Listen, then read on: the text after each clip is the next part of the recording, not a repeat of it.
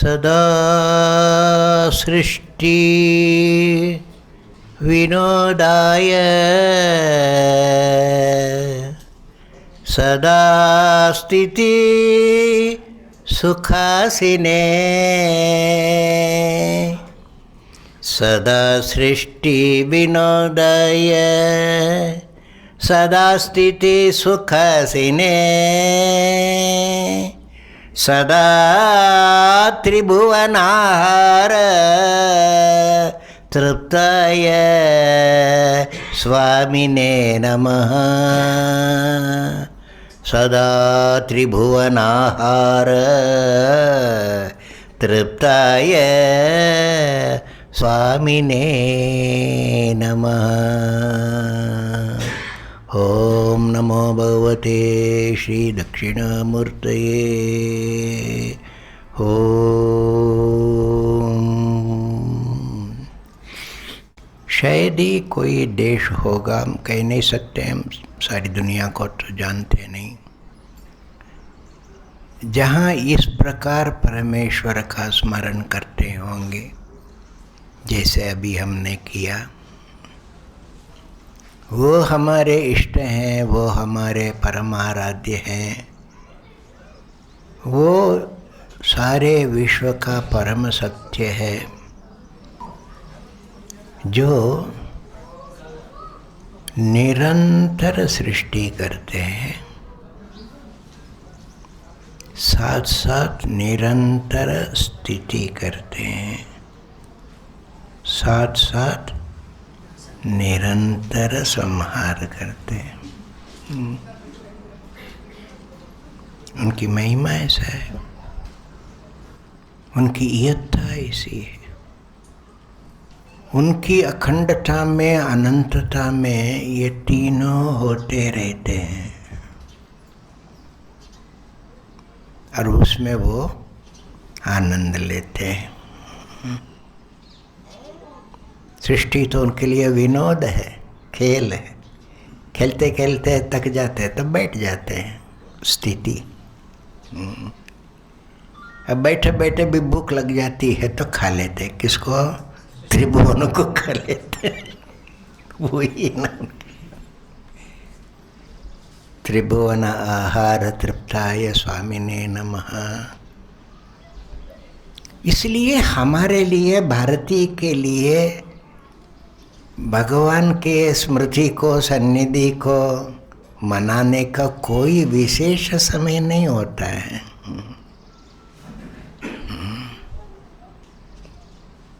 इसका मतलब क्या है?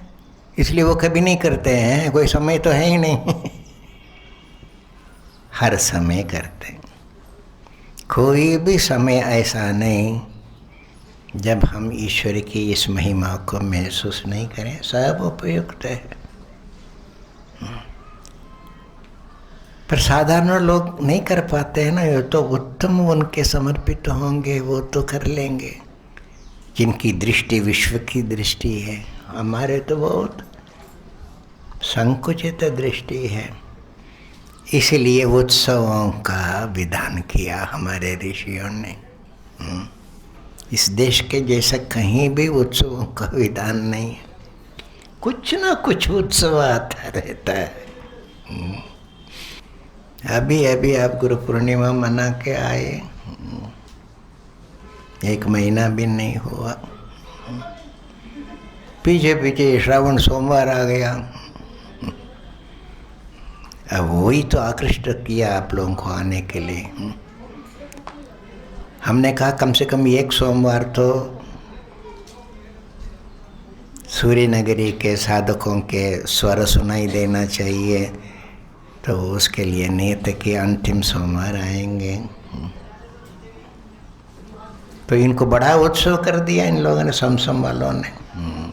कल होगा पूजन, और अभी हम सूचना दे रहे हैं कि अगले महीने में गणेश उत्सव बड़े पैमाने पर मनाएंगे। सबको आना है और लोगों को भी लाना, इससे ज़्यादा आना है। स्वरूपगंज में एक बिल्कुल नूतन स्थान में करेंगे। पहले तो ऐसे ही कर लेते थे, आप लोग वहाँ करते थे, हम यहाँ करते, अब सामूहिक रूप से करने लगे। ये एक प्रमाण है कि हम धीरे धीरे संवित पथ में अग्रसर हो रहे हैं। ये संगच्छध्वम्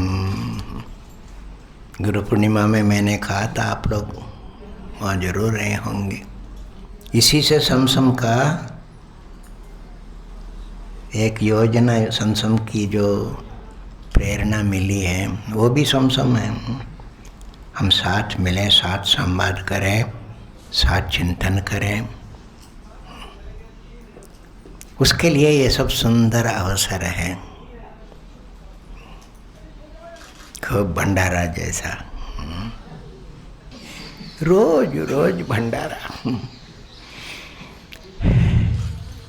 है। कुछ विशेष पेट पैदा कर देते होंगे इसके लिए। उस प्रकार रोज रोज उत्सव, इसका एक विशेष दिमाग पैदा करो। कर सकते हो। रोज रोज उत्सव है। उत्सव समझते हो ना? उत माने ऊपर, उन्नत, श्रेष्ठ, सव माने यज्ञ। यज्ञ को ही सव कहते। Any creative effort will be सव। उत्कृष्ट सर्जनात्मक सम्मिन्मय आयोजन होगा, वो उत्सव होगा। याद रखना, ये ही मूल तत्व है उत्सवों का। अब साधारण जनता जो संगीत से परिचित नहीं है, संगीत शिक्षा मिली नहीं है, संस्कार पर है, संस्कार पर वो जागृत नहीं हुआ, उनके लिए वो मेला हो जाता है। जहाँ इस उन्नति क्या है? भगवान को, उनकी महिमा को, उनकी सन्निधि को महसूस करना, एकमात्र उन्नति वही है। अब वो हर क्रिया में, हर समय में व्याप्त है, पर वो विशिष्ट समय में सबके लिए सरल होता, उसको पर्व कहते हैं। नक्षत्र आदि स्थितियों के कारण या और भी कारणों, शिवरात्रि है, नवरात्रि है, शरद पूर्णिमा है, सरल होता है उस समय चेतना को उन्नत करने के लिए। ऐसा नित्य उत्सव हो तो जीवन तो कितना कृतार्थ हो जाए, आनंदमय हो जाए, मंगलमय हो जाएगा। जैसे नित्य सुमंगली, सौभाग्यवती भव आशीर्वाद देते हैं ना, सुमंगली, नित्य सुमंगली, ये स्थिति तुम्हारी बुद्धि की होनी चाहिए। इसका मतलब आपको भक्ति को बढ़ाना पड़ेगा। ये मांगल्य है।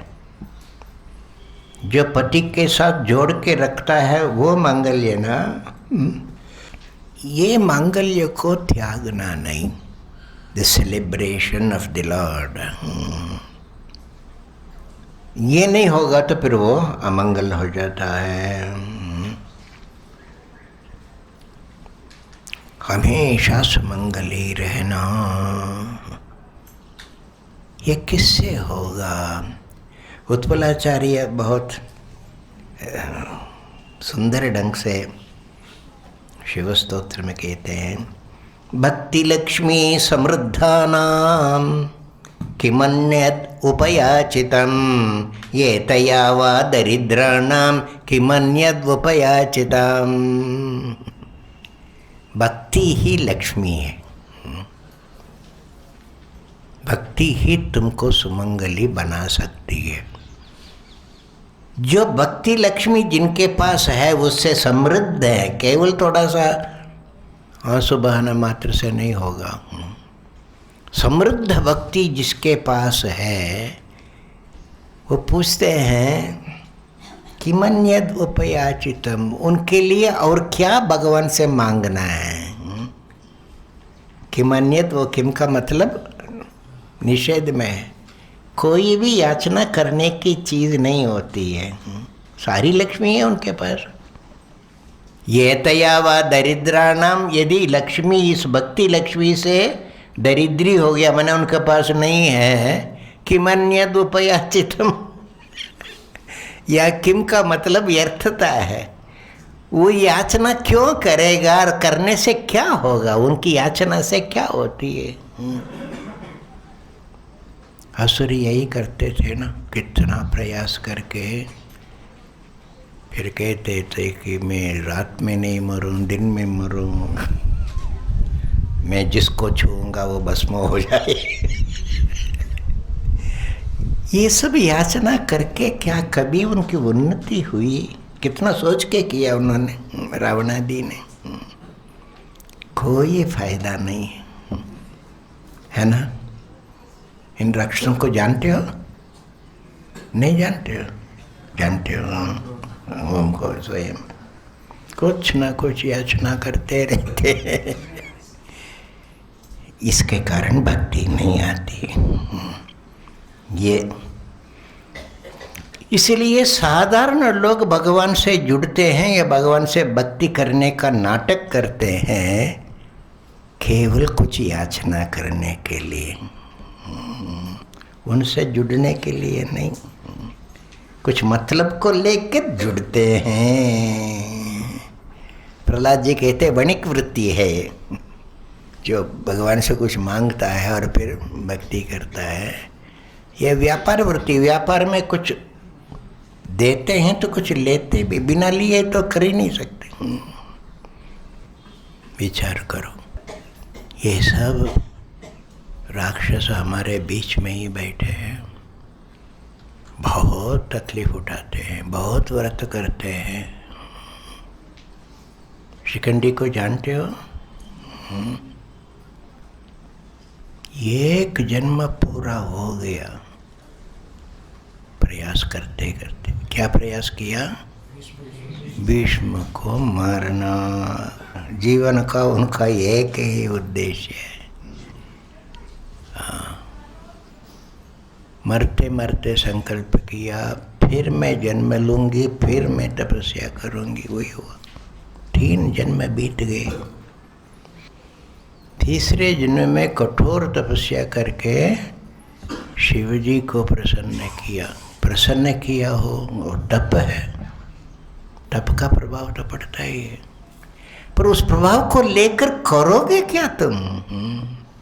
साक्षात शिव जी सामने खड़े हैं और कहते हैं वर मांग लो, और वर मांगती है मेरे हाथ से भीष्म मरे, उसके लिए तो मुझे पुरुष बनना पड़ेगा। हंसते हुए शंकर जी कहते हैं तेरे को पुरुष नहीं बना सकता हूँ, मना कर। पुरुषत्व तुम्हारे लिए लिखा नहीं है, मना कर दिया भगवान। अब बताओ, ऐसी बुद्धिहीन भगवान कह रहे हैं मांग लो, तो वो भक्ति मांग सकती थी, वैराग्य मांग सकती थी, मोक्ष मांग सकती थी। इसलिए भक्ति एकमात्र हमारे लिए प्राप्तव्य है। वो प्राप्त हो जाएगा, फिर प्राप्तव्य तो बेकार हो जाता है। भर्तृहरि बहुत ही यथा से गाते हैं वैराग्य शतक वाले। धन्यानां गिरिकंदरे निवसतां ज्योतिः परं ध्यायताम् आनंदाश्रु जलम पिबन्ति शकुना निशंकमंकेशया। ऐसे देखो, हमने हरिद्वार में देखा, ऋषिकेश में देखा, शिला के ऊपर बैठे वो ध्यान कर रहे हैं। धन्यानाम, वैसे उनके पास कुछ भी नहीं है, ओढ़ने के लिए भी कुछ नहीं है, पर ये उनको धन्य कहते हैं। वो धन्य है जो गिरी कंदर में निवास करते हुए ज्योति परम ध्यायता, परमेश्वर का ध्यान कर रहे हैं। ध्यान तो सभी कोशिश करते हैं, ध्यान करते समय उनका चेहरा देखो, इतना दुखी चेहरा है। कई साधुओं को देखा हो, सारा जोर लगा के ध्यान कर रहे हैं आनंदाश्रु जलम पिबंति शकुना, उनके आंखों से आनंद की अश्रुपात हो रही। आंख बंद हो और वही निश्चल हैं, ध्यान में बैठे हुए हैं। इसलिए छोटी छोटी वो गुरैया चिड़िया जो है वो आके निशंक मंकेशया बिना संकोच उनके गोदी में बैठे, उनको हिल तो नहीं रहा, टुंड जैसा है, और उसमें से पानी टपक रहा है, उसको पी रहे। आनंदाश्रु जलम पिबंति शकुना निशंक मंकेशया, ये धन्य है। और हमको देखो भर्तृहरि कह रहे, अस्माकं तु मनोरथोपरचित वापी तट क्रीड़ा कानन कंदुक। हम इसकी कल्पना कर रहे हैं, केवल मनोरथ है, करते तो कुछ नहीं। अब दरिद्री को क्या मिलेगा? उत्पद्यन्ते विलीयन्ते दरिद्राणां मनोरथा। दरिद्री तो बस क्या क्या, वो क्या कहते हैं उसको, शेख चिल्ली। शेख चिल्ली जैसा क्या क्या सोचते चलते हैं, उसको सोचना। अस्माकं तु मनोरथोपरचित क्रीड़ा कानन केलि कौतुक जुषाम आयु परम क्षीयते। सारी आयु बीत गई। कितनी आयु बीत गई पता ही नहीं है कि दरिद्रों को कुछ नहीं मिलता है। कौन सी दरिद्रता? भक्ति की दरिद्रता जहाँ है, वो चाहे बड़े भारी सम्राट हो जाए, यक्षराज हो जाए। इसलिए कोशिश करके एकमात्र लक्ष्य हमारा कि ऐसा उत्सव मनाने में भक्ति का वर्धन है, ये याद रखो, तब वो उत्सव होगा। नहीं तो वो मेला हो जाएगा, नहीं तो जमेला हो जाएगा, लड़ाई झगड़ा। उत्पल देव भक्ति मांगते हैं, भक्तिर भक्तिर भवे भक्ति ही, भक्ति से भक्ति चाहिए। भवे भक्ति, भव माने शिव, शिव के प्रति भक्ति चाहिए। ये भक्ति क्या है? भक्तिर नाम समुत्कटा, छोटा सा लक्षण दे देते हैं। समुत्कटा, उत्कट इच्छा, तीव्र इच्छा, उसको भक्ति कहते हैं। भक्तिर नाम समुत्कटा तारम विरोमी यत्तीव्रा भक्तिर्मेस्तु भवे भवे। मैं उच्च स्वर से ये घोषित करता हूँ, इसके सिवा, भक्ति के सिवा मुझे कुछ नहीं चाहिए जन्म जन्म में। यहाँ भव का मतलब जन्म। भक्तिर्मेस्तु भवे भवे, जन्म जन्मांतर में मुझे ये भक्ति हो। भक्तिर नाम समुत्कटा, तीव्र इच्छा। ईश्वर की इच्छा तो है, बहुत कमजोर इच्छा है। हाँ मिल जाए तो ठीक है, वो भी मिल जाएगा। हाँ मिल जाएगा, धीरे धीरे मिल जाएगा। तीव्र इच्छा, इसी से हम पहचानेंगे कि आपने उत्सव ठीक मनाया कि नहीं मनाया। और बार बार मनाना पड़ता है, जीवन भर मनाना पड़ता है। सारे जीवन को हम एक उत्सव बनाएंगे ताकि पराभक्ति यहीं प्राप्त हो जाए। ये सरल नहीं है, बहुत दुख को सहन करना पड़ेगा। तीव्र इच्छा किसको कहते हैं? कई सुंदर सुंदर दृष्टांत। लोभी व्यक्ति को पैसा के प्रति जो इच्छा है, आसक्त मनुष्य को अपने इकलौता लड़का के प्रति इच्छा है, ये सब इकट्ठा हो जाए तो रामकृष्ण कहते वो भगवान के प्रति इच्छा होनी चाहिए। All put together. भगवान भाष्यकार एक सुंदर दृष्टांत देते, पक्षियों का दृष्टांत देते। भक्ति के लिए हो कई प्रकार से समझाया। हंस पद्मवनम समीक्षति यथा नीलांबुदम चातकः कोकः कोकनद प्रियं प्रतिदिनं चंद्रम चकोरस्तता चेतो वांछति मामकम पशुपते। इस प्रकार मेरा चित्त आपकी वांछा, आपको प्राप्त करने की इच्छा कर। चिन्मार्ग मृग्यम विभो गौरीनाथ भवत्पदाब्ज युगलम कैवल्य सौख्यप्रदम चेतो वांछति मामकम पशुपते। कैसे वांछा है? हंस पद्मवनम समिच्छति यथा। हंस पक्षी हमेशा वो पद्मवन को ढूंढता है, वो ऐसे वैसे गंदे पानी में जाके बैठता नहीं। अब कमल खिलेगा, पद्मवन होगा, ये बहुत पवित्र जगह होता है। तो पद्मवन को ही ढूंढता हुआ जाता है, नहीं मिले तो बहुत ही विचलित हो जाता है। यथा हंसः पद्मवनम समीक्षति नीलांबुदम चातक। दूसरा पक्षी जो है चातक, चातक के अंदर तीव्र इच्छा है। किसकी तीव्र इच्छा है? वर्षा का जल चाहिए। अब वर्षा आएगी तो बादल आने से वर्षा होगी ना, इसलिए देखती है बादल बादल बादल, नीलांबुदम, नील मेघ आना चाहिए, उसकी वांछा है। तड़पता रहेगा वो चातक, दूसरा पानी नहीं पिएगा। ये दृष्टांत दे रहे हो। वो जैसे पद्मवना वैसे भगवत पाद स्मरण मात्र होना चाहिए। विषय चिंतन तो सहन ही नहीं होता है, निरर्थक लगता है सारा जीवन। और इनके दुख इतना होता है संसार के, कहीं कहीं बताया कि तप्त अयः पिंडवत, जैसे गर्म किया हुआ लोहे का गोला होगा, वो हाथ में देंगे तो रखोगे या पूछोगे कि मैं इसको रख दूं या रखो? तीव्र व्यथा होती है, सहन कर लेते उसको, सांसारिकता में जाते नहीं हैं। नीलांबुदम चातकः कोक कोक नद प्रियम। कोक पक्षी, चक्रवाक भी कहते हैं उसको, वो सूर्य रश्मि को ही वो लेगा, अंधकार को बर्दाश्त नहीं कर सकता है।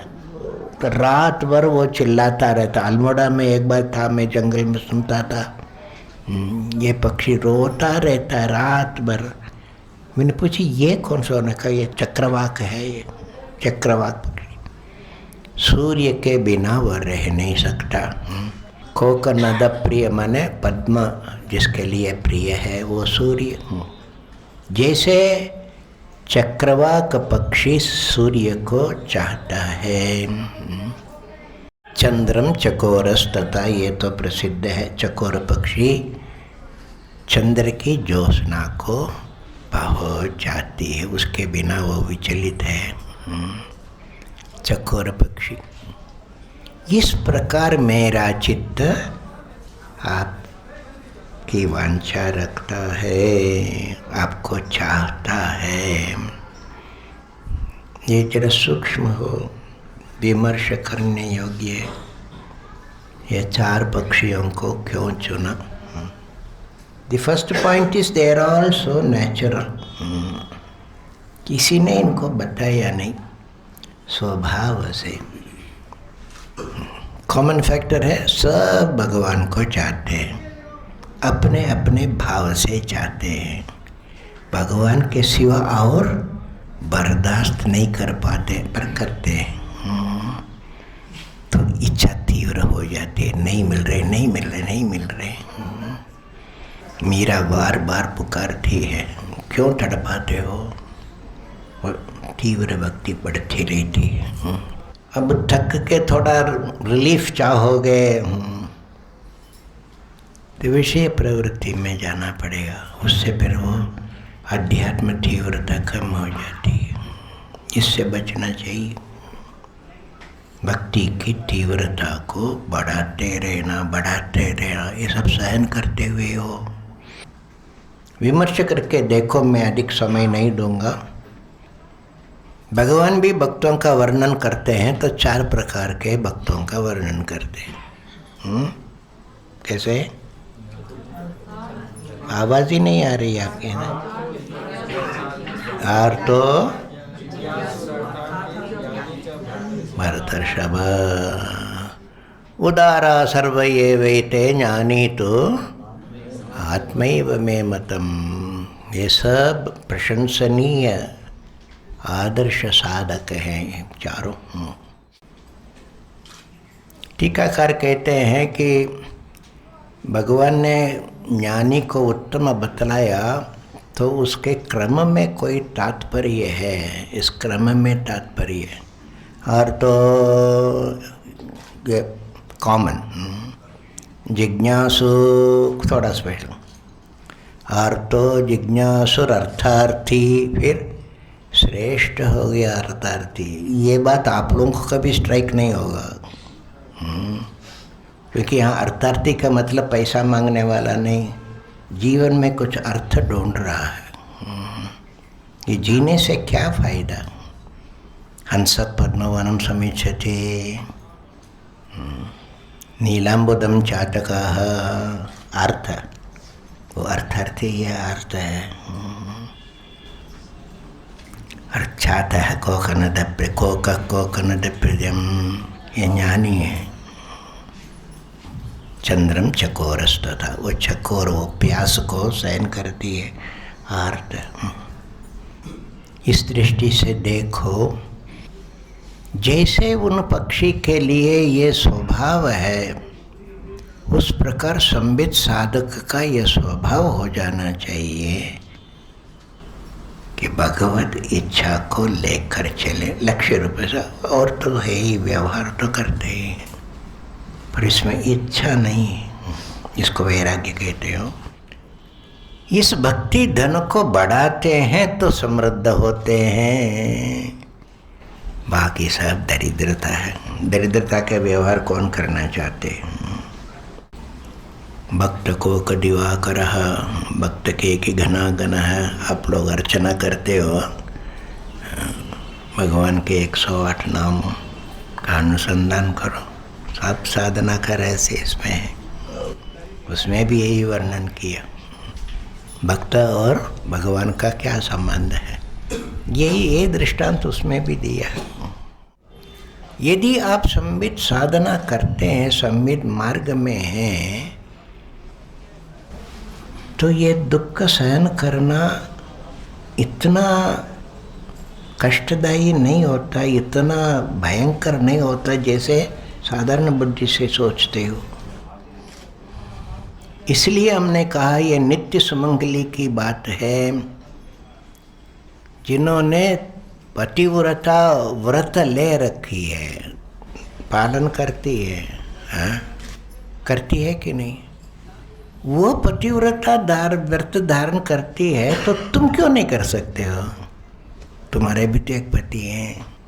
वो इसलिए धारण कर सकती है क्योंकि उनका जो संबंध है ना, पति और पत्नी का, वो संबंध इतना गूढ़ है और इतना श्रेष्ठ है, उसके सामने वो घर चलाने का, बालों बच्चों का बड़ा करने का और सास ससुर से ये कष्ट भी कष्ट नहीं मालूम होता है ना। यदि पति कहेगा जब थक के रात को आती है, भाई तुम कितना कष्ट उठाती हो, हट क्या बोल रहा है कष्ट ये ना बोलेंगे, आप भी यही बोलते हो। ये तो आपकी सेवा है, आपके लिए तो किया है। आप हैं तो फिर सास ससुर सब उनके लिए कर रहे हैं। ये रहस्य है। हमेशा संबंध का केंद्र वो है, फिर बाकी सब आते हैं, उनके लिए ही आ रहे हैं। जब सारा संसार भगवान ने बनाया तो सारे संसार को लेकर दुखी क्यों हो रहे हो? इसका मतलब तुम्हारी भक्ति नहीं है। इसलिए प्रथम लक्षण किया हमने, संबित साधक शिकायत नहीं करता। कितने साल पहले आपको कहा है। इसलिए पतिव्रता तो शिकायत कभी नहीं करेगी। अब डाइवर्स की तो बात ही छोड़ दो। उत्पल देव बहुत सुंदर ढंग से बताते हैं, दुखान्यपि सुखायन्ते विषमप्यमृतायते मोक्षायते च संसारो यत्र मार्गः स शंकरः। शंकरी मार्ग में जाते हैं वो दुख भी सुख भी होता है। यदि परिश्रम उनके लिए परिश्रम नहीं करूँगा तो दुखी हो जाते, पर कुछ सेवा बतलाओ। दुखान्यपि सुखायन्ते, वो सुख देते हैं। विषमप्यमृतायते, विष भी अमृत हो जाता है। विष जहर पीना भी उनके लिए अमृत जैसा ही है, वो भक्ति के कारण। उपमन्यु का नाम सुना आपने? बहुत बड़ा शिवाचार्य हुए हो। शिवपुराण आदि में विस्तार से उनका वर्णन है। जिनके पास कृष्ण जाते हैं दीक्षा लेने, अनुष्ठान करने कि मुझे पुत्र चाहिए, हिमालय में रहते थे उपमन्यु। उपमन्यु छोटे बालक थे तो उनको दूध चाहिए, तो दूध की आदत हो गई। मामा के यहाँ रहते थे, बड़े हुए। बाद में जो अपना घर आ गया तो यहाँ तो गाय नहीं है, तो दूध मांगे। और माँ कहती है कि भाई मैं दूध कहाँ से लाऊं। उनको आटा गोल के पिला दिया उनको, उन्होंने थूक दिया, ये दूध नहीं है, दूध चाहिए। अरे दूध चाहिए तो जाके शिव की प्रार्थना करो, वो ही पूरा करेगा, हम नहीं कर सकते हैं। तो वो बहुत सीरियसली लिया उन्होंने। शिव कौन, क्या है, कैसे जाऊं, कैसे बोलूं, तो उनको बता दिया। कठोर तपस्या की, भगवान प्रत्यक्ष हुए। प्रत्यक्ष होने के पूर्व उन्होंने इंद्र को भेजा। इंद्र देखो ये छोटा सा बालक है, ये दूध चाहता है, जरा तुम दूध दिया उनको। दूध देने के लिए मैं क्यों जाऊं? तो इंद्र गए, प्रकट हुए। बालक मांग, वर मांगो, तुमने बहुत मेरा तप किया।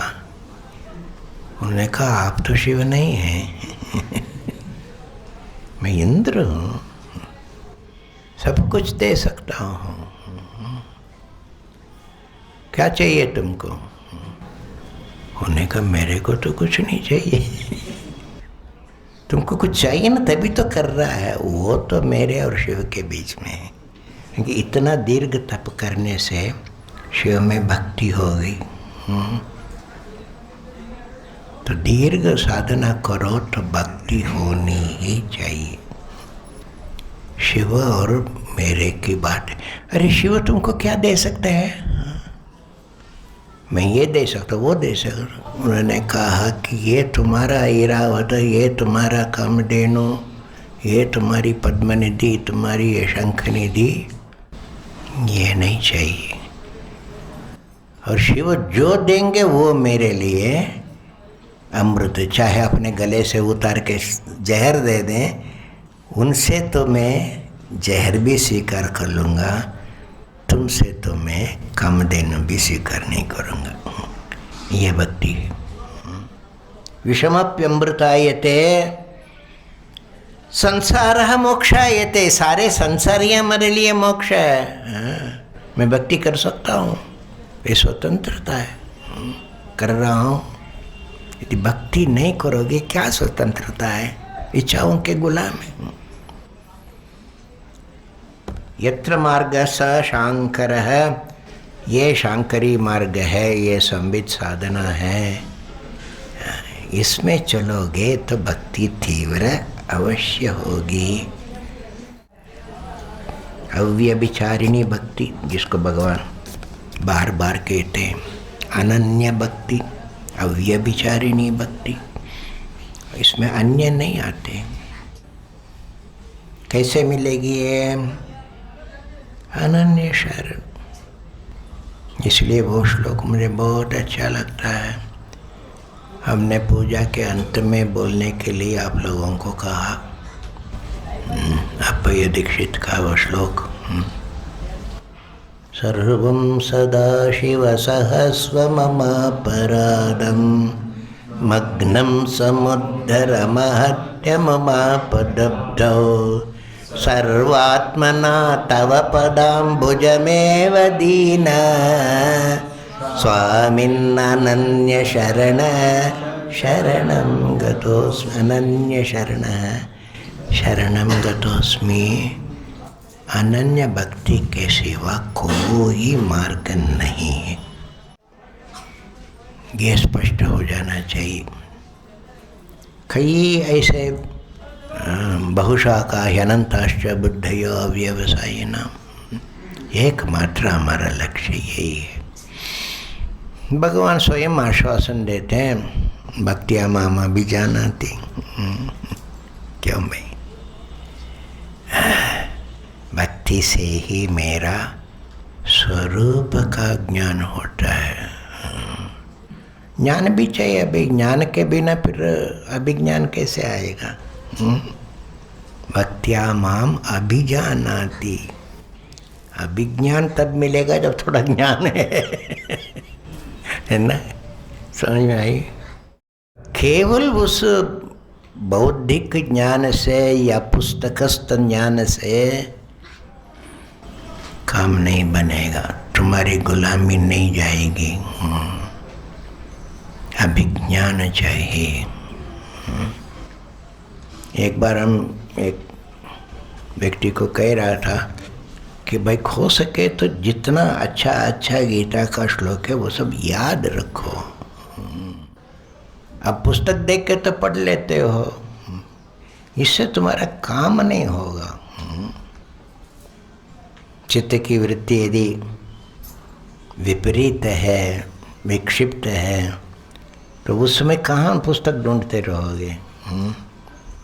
इसलिए गुरुजनों ने कहा पुस्तकस्था च या विद्या परहस्तगतम धनम। समझ में आ रही है ना? पुस्तकस्था च या विद्या, विद्या कहाँ है? पुस्तक में है। कंसल्ट करूँगा पुस्तक से। परहस्तगतम धनम, आपका धन आपने दूसरों को दे रखा है। उपस्थितेषु कार्येषु न सा विद्या न तद्धनम। जब मौका आता है कि आप इमीडिएटली कुछ उससे काम लेना, उस समय वो विद्या भी काम में नहीं है और वो धन भी काम में नहीं है। उस समय सामने कोई हमारे बालाजी जैसा एक भक्त था, उन्होंने कहा ये तो बहुत पुराने ज़माने की बात कह रहे हो आप। अच्छा, तो इस जमाने की क्या बात है? उपस्थितेषु कालेषु इंटरनेट से विद्या धनम। हाँ, और सच्ची बात है। हमको कहीं कचहरी में बैठे हमको एक वैदिक मंत्र चाहिए, वो एक शब्द आता है, पूरा नहीं आता है, तुरंत बालाजी को कहो, 1 मिनट में दे देगा।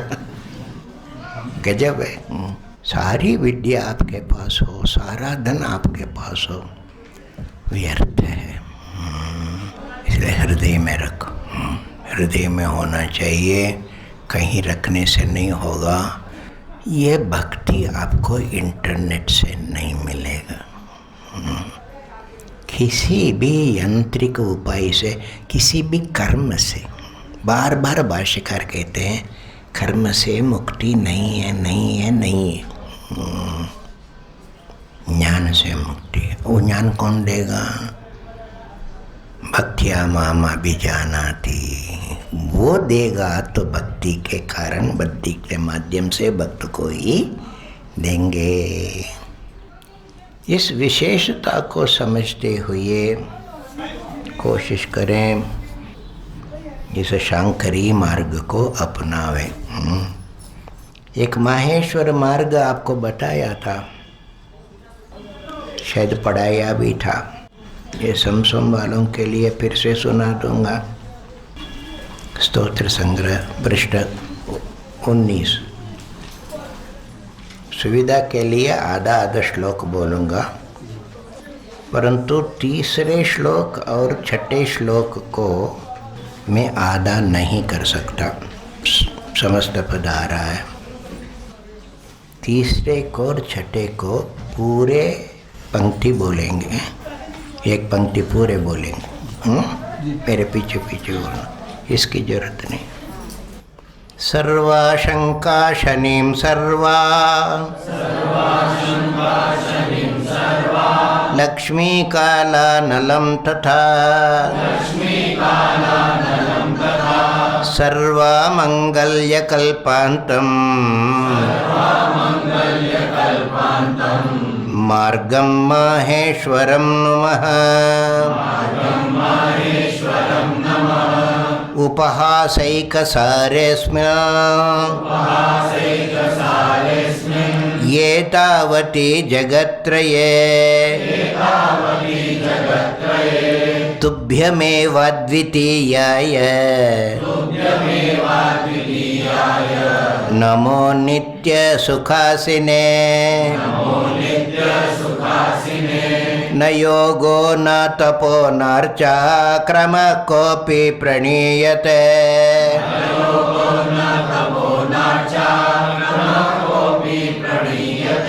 अमाये शिवमार्गेऽस्मिन् भक्तिरेखा प्रशस्यते।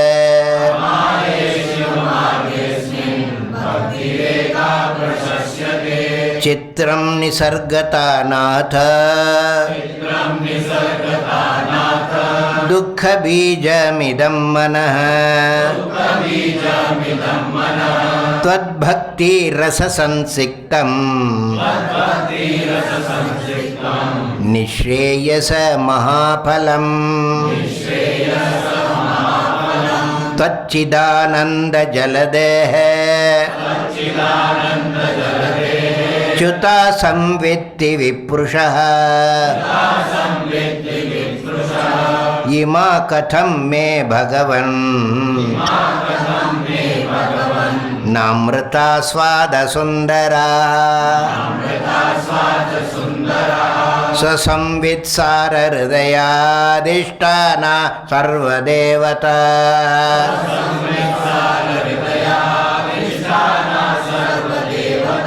कदा नाथ वशीकुर्यां भवद्भक्तिप्रभावत।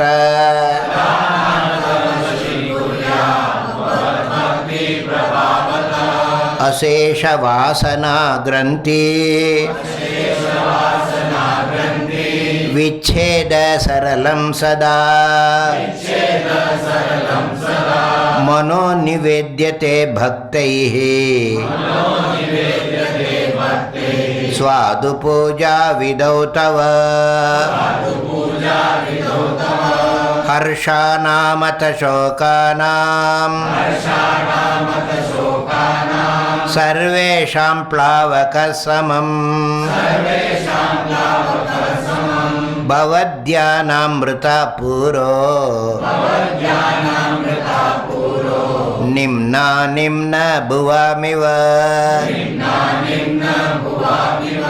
ध्यानामृतमयं यस्य स्वात्ममूलमनश्वरम्। संविल्लतास्तथा रूपाः तस्य कस्यापि सत्तरो। भर्ता कालान्तको यत्र भवांस्तत्र कुतो रुजः। तत्र चेतरभोगाशा का लक्ष्मीर्यत्र तावकी। दुःखान्यपि सुखायन्ते विषमप्यमृतायते। मोक्षायते च संसारो यत्र मार्गः शशाङ्करः। न क्वापि गत्वा हित्वापि न क्वापि गत्वा हित्वापि न किञ्चिदिदमेव ये। भव्यं तद्धाम पश्यन्ति भव्यास्तेभ्यो नमो नमः भव्यं तद्धाम पश्यन्ति भव्यास्तेभ्यो नमो नमः